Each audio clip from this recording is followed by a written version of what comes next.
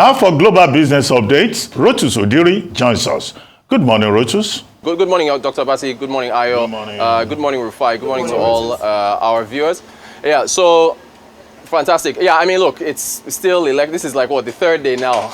I'm talking about Modi, but Modi underperformed. The BJP underperformed expectations. It was bad. I mean, they ended up getting what, 242 seats, and it's only with the alliance, that's the BJP plus their other partners, that they got to 292. So we have a table up with the results coming from the Electoral Commission, and you will see that their performance in 2024 compared to 2019, where they had 352, they lost about 60 seats. Now, the Congress and allies, which Dr. Abati mentioned, that is the picture personification of how opposition parties should get together and put aside their differences and work. They gained 142 seats, and then the other parties, put together losing about 82. So, Modi's, I mean, the articles that are going around now is that Modi's aura of invincibility is gone. There's a hilarious, well, I shouldn't call it hilarious because this man's feelings was really hurt.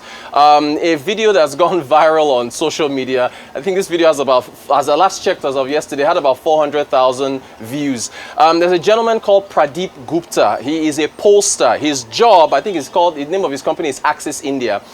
His job is to take polls and predict outcomes. So he predicted that Modi's BJP would get over 400 seats, and when he underperformed, he started crying on national television. Here is the clip, and listen to what the anchor is saying if you watch him cry. We'll have Pradeep with us. The good thing is he's being magnanimous. He's apologized for the error. And the fact is, unlike Rajdeep, I don't believe that the channels have nothing to do with it. It's a team, it's a partnership. So we got this wrong.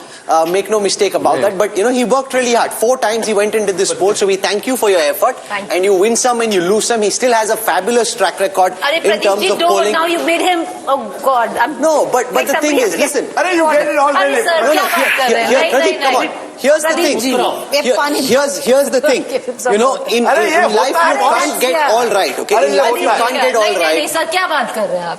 There's a lot of rigor and effort that goes in, and we've been, if you look at all our posts and our coverage during the post poll also, we were constantly saying, let's not get carried away. It's a post poll. It's directional. The reality is the polls can only give you an indication. It's only when you get carried away with your own hype, that is when the problems happen. And we were constantly on air, on Twitter, social media, Instagram saying, just dial the hype down. Don't get so carried away. This is only the post-poll result.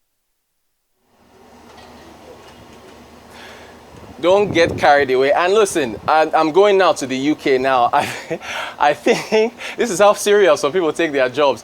I think we should take it easy with the writing of the Tories in the UK election. So we go now, of course, and I've heard your discussion already between Rishi Sunak and Keir Starmer. And again, as you've already talked about, Sunak hammering Starmer on taxes. And listen to this: when Starmer, you're going to see the clip now, said it's garbage, this £2,000 thing. He didn't go into detail. He said we'll get into that later. Here's the back and forth.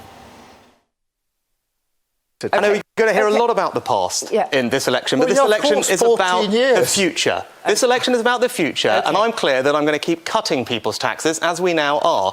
You want to put everyone's taxes up by £2,000, and this is really important. Independent Treasury officials have costed Labour's policies, and they amount to a £2,000 tax rise for every working family. No, this is important. Mark my words. Labour will raise your taxes. It's in their DNA. Your work, your car, your pension. Thank you. Okay, you name it, Labour will tax it. I'm just going to draw breath there a moment, please. This £2,000 he keeps saying it's going to cost is absolute garbage. We won't go into the details of it. Well, we wouldn't pay the 35%. We've already said that to the doctors. We can't afford it because the government's already broken the economy, and there are many things that now can't be afforded. So we're not going to pay that. But what you can't do is what the Prime Minister has done, which is to Well, you just said you'd resolve it. So what would you do? At the end of the day... So you're not going to give them the 35% pay rise that they're asking for. So how would you resolve it? Well, just standing there and saying, I'll resolve it, isn't an answer. That's not a plan. Prime Minister... How would you resolve it? Prime Minister, your record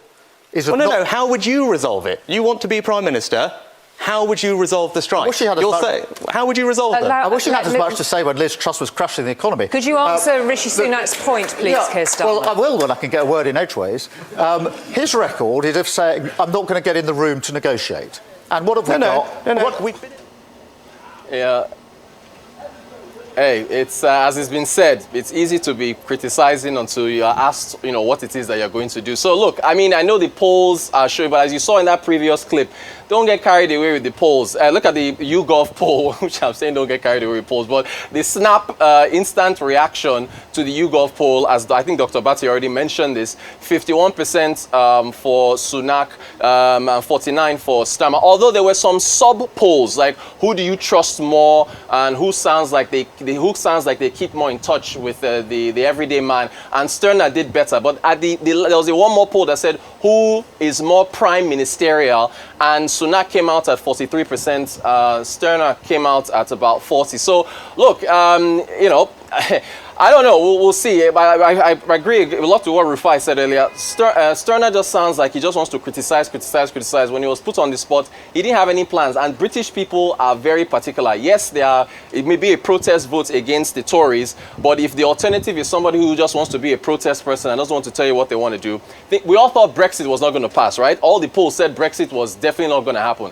So I wouldn't write off Tories at this point. This Sunak really came forward. So Nigeria, and this headline in This Day newspaper, Nigeria's newspaper record, I am absolutely shocked that the president is just now telling the Minister of Finance that he should go and do a cost implication for minimum wage. Look, Dr. Biodun Adedipe, as far as I'm concerned, has had the best minimum wage discussion on the morning show that you had a couple days ago, where he broke down those particular numbers. Are you saying that for the past 1 year that we've been talking about minimum wage, that you don't have any cost implications, you didn't reach out to the private sector? It really is trouble. And why do you need the president to tell you to go and do a cost implication? I mean, you could have come up with these numbers, on your own. So look, again, you saw that clip we played yesterday about when you want to get somebody's attention, don't tap them on the shoulder. You have to use a sledgehammer. Labour, anyway, I'm really, really taken aback. But by the way, speaking of the Ministry of Finance, there's that ASAP plan that the ministry has put forward, right? A 65-page document. I haven't gone through the entire thing, but the excellent work from our colleagues over at This Day newspaper, I encourage everybody to read that article. We did a quick summary.